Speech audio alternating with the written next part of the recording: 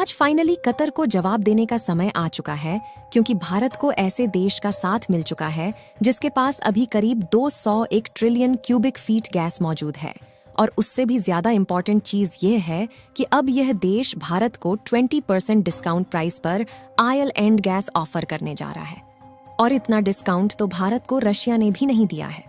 वहीं अगर कतर की बात की जाए तो कतर भारत की टोटल जरूरतों का करीब 48% हिस्सा अकेले एक्सपोर्ट करता है। और कतर को अपनी इस गैस के ऊपर बहुत ज्यादा घमंड था। और हाल ही में भारत और कतर के बीच में जो एक्टिविटीज हुई है हम सभी जानते हैं। कतर की कोर्ट ने भारतीय नौसेना के 8 पूर्व अफसरों को मौत की सजा सुनाई है। इस मामले में भारत सरकार ने कहा है कि कतर में फंसे भारतीय नागरिकों की रिहाई सुनिश्चित करने के लिए सभी कानूनी विकल्पों की तलाश की जा रही है। विदेश मंत्रालय ने कहा है कि वह नौसेना के इन 8 अफसरों को हर मदद मुहैया कराने को तैयार है। ऐसे में सवाल ये है कि इन नौसेना के जवानों को कैसे बचाएगा। भारत सरकार ने भारतीय नौसेना के 8 जवानों को बचाने के लिए सभी कोशिशों को करना शुरू कर दिया है। दोस्तों, जैसा कि आपको मालूम होगा कि कतर में दुनिया का सबसे बड़ा गैस भंडार है, इसलिए भारत भी अपने गैस का आयात कतर के द्वारा ही करता है। इससे कतर देश का काफी ज्यादा मुनाफा होता है और कतर देश इन्हीं एलपीजी, गैस और तेल को बेचकर काफी ज्यादा धनवान देश बन चुका है। लेकिन जब से कतर में इन 8 भारतीय नौसेना के जवानों को फांसी देने की बात कही है, तब से भारत सरकार ने अपने कदम उठाने शुरू कर दिए हैं। लेकिन इतना सब होने के बावजूद भी कतर अपने मन मुताबिक फैसले रहा है, क्योंकि कतर अभी तक यही सोच रहा था कि भारत अपनी गैस जरूरतों का हिस्सा कतर से ही इंपोर्ट करेगा। क्योंकि अगर पूरे मिडिल ईस्ट की बात की जाए तो डायरेक्टली तो नहीं, लेकिन कतर में सभी देश इन्वॉल्व है। इजरायल और हमास के कॉन्ट्रैक्ट में, वहीं रशिया यूक्रेन के साथ में नुकसान उठा रहा है। कतर यह बात अच्छे से समझ रहा था कि भारत को इस समय अगर तुरंत अपनी गैस सप्लाई को स्विच करना है, शायद भारत के लिए पॉसिबल नहीं होगा और उन्हें मजबूरन हमसे ही गैस खरीदनी पड़ेगी। लेकिन आज कतर का यह सोचना पूरी तरीके से गलत साबित हो चुका है। जैसा कि हमने बताया कि भारत को एक बहुत बड़े गैस फील्ड्स का एक्सेस मिल चुका है।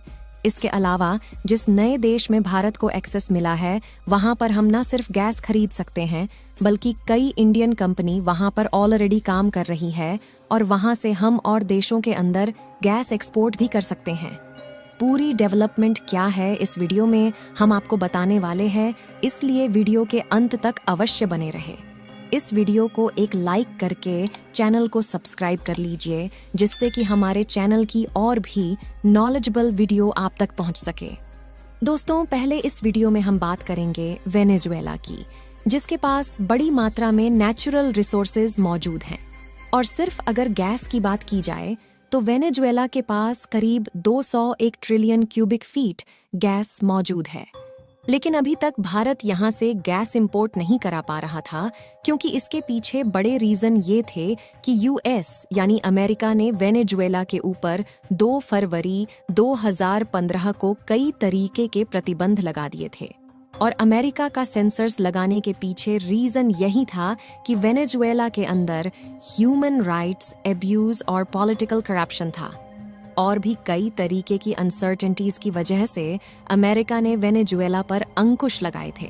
लेकिन रिसेंटली अमेरिका ने वेनेजुएला से सभी अंकुश हटा लिए हैं, जिससे अब वेनेजुएला अपनी ऑयल एंड गैस को आसानी से पूरी दुनिया के अंदर बेच सकता है। वहीं रिपोर्ट में यह भी कहा गया है कि अगले 6 मंथ के लिए इसे बढ़ाया गया है, लेकिन आगे चल के इनको और ज्यादा बढ़ाया जा सकता है। लेकिन यहाँ पर अगर भारत की बात की जाए तो भारत की सबसे बड़ी ऑयल एंड गैस कंपनी, जिसका नाम है ओएनजीसी विदेश लिमिटेड कंपनी, ये वेनेजुएला के अंदर काफी लंबे समय से स्ट्रगल कर रही थी, क्योंकि कंपनी के पास क्रिस्टल ऑयल फील्ड की 40% हिस्सेदारी है, जो कि इस दिन वेनेजुएला में है। वहीं ओएनजीसी ऑयल एक्सपोर्ट करने वाली कंपनी है, इसलिए अभी वहां से गैस को आसानी से बेच भी सकते हैं। इसके अलावा वेनेजुएला में ओएनजीसी के करीब 500 मिलियन $US फंसे हुए हैं, जो डिविडेंड है वो भी अब रिकवर हो जाएगा। भारत और वेनेजुएला के कुछ रिलेशन की बात करें तो 2023 में ही दोनों देशों ने स्टैब्लिश किया था। 634th एनिवर्सरी को अपने रिलेशन को ऑनर्डर करने के लिए दोनों ही कंट्रीज ने बात की थी। मेजॉरिटी हम वेनेजुएला के अंदर रिफाइंड पेट्रोलियम एक्सपोर्ट करने के तहत मेडिसिन्स और राइस को एक्सपोर्ट करते हैं, और देखा जाए तो वेनेजुएला के ऊपर अमेरिका ने अपना हाथ रख दिया है और भारत के लिए सीधे रास्ते खुल चुके हैं। गैस इंपोर्ट करने के हम कतर से अपनी सप्लाई को कट कर सकते हैं। इसके अलावा कतर ने भारत के साथ जो किया है, इसके लिए भारत सहित कई और देशों के साथ में कतर की फाइनेंशियल पाइपलाइन कटने वाली है, और इस समय यूरोपियन से जर्मनी जैसे देश भारत की ओर झुकते हुए नजर आ रहे हैं। आपको बता दें कि कतर की जीडीपी का 70% से भी ज्यादा हिस्सा ऑयल एंड गैस को बेच करके आता है, और जब रशिया यूक्रेन वॉर शुरू हुआ तो अमेरिका सहित यूरोपीय देशों ने रशिया के ऊपर प्रतिबंध लगाए, लेकिन इन देशों को अपनी ऑयल एंड गैस की जरूरतों को पूरा करना था, इसलिए इन्होंने अपनी सप्लाई चेन कतर के साथ स्विच कर ली। उसी समय सेल जैसी बड़ी बड़ी कंपनी के साथ में 27 से 28 साल के लिए पार्टनरशिप की गई, और कतर को यह बात लगी कि अब हमारी जो फाइनेंशियल पाइपलाइन है वह करीब 27, 28 या 30 सालों के लिए पूरी तरीके से सिक्योर है। लेकिन कतर को इस बात का अंदाजा नहीं था कि अमेरिका, रशिया और भारत जैसे देश बैकफुट पर जिस तरीके से काम कर रहे हैं, और लगातार कतर के अल्टरनेटिव पर रिसर्च एंड डेवलपमेंट जारी है, उस पर कतर को इसकी भनक अभी तक नहीं लगी है। और अब जब रिपोर्ट सामने निकलकर आने शुरू हो चुके हैं तो कतर के अंदर एक अलग से डर देखा जा सकता है। जैसा कि हमने बताया कि कतर जैसे देशों की सामंती अर्थव्यवस्था सिर्फ उनके तेल को बेचकर आती है, लेकिन अभी भी हमारा कतर के साथ टेंशन पूरी तरह से खत्म नहीं है, क्योंकि अभी भी हमारी एलएनजी की करीब 50% सप्लाई कतर से आ रही है।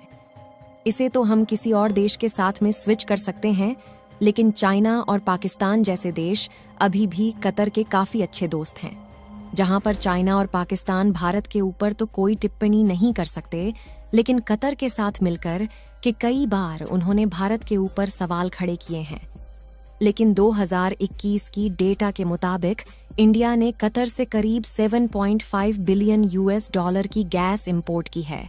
वहीं चाइना ने 5.9 बिलियन यूएस डॉलर की, यानी कि अगर हम कतर से अपनी सप्लाई रोक लेते हैं और कई और देशों से हम हाइड्रोजन फ्यूल इंपोर्ट करना शुरू कर देते हैं, लेकिन कतर अभी भी अपनी गैस चाइना के अंदर एक्सपोर्ट करेगा। और कतर चाइना ने अपने रिलेशन को ऑर्डर करने के लिए 1981 के अंदर एक रिलेशनशिप को साइन किया, जहां पर डिप्लोमेटिक रिलेशंस दोनों ही कंट्रीज के बीच में स्टार्ट किया जा सके। साथियों, आपको क्या लगता है कि भारत सरकार इस तरीके से इन 8 नौसेना के जवानों को फांसी से बचा पाएगी या नहीं? अपनी राय कमेंट के माध्यम से जरूर साझा करें। इस वीडियो को यहीं पर खत्म करते हैं। इस वीडियो को एक लाइक जरूर करें और अपने दोस्तों तक इस वीडियो को शेयर करें ताकि उन्हें भी जानकारी मिल सके। इसी तरह और भी नॉलेजेबल वीडियो देखने के लिए अपने भरोसेमंद चैनल को सब्सक्राइब करके बेल नोटिफिकेशन को ऑल पर जरूर रखें। वीडियो को अंत तक देखने के लिए धन्यवाद।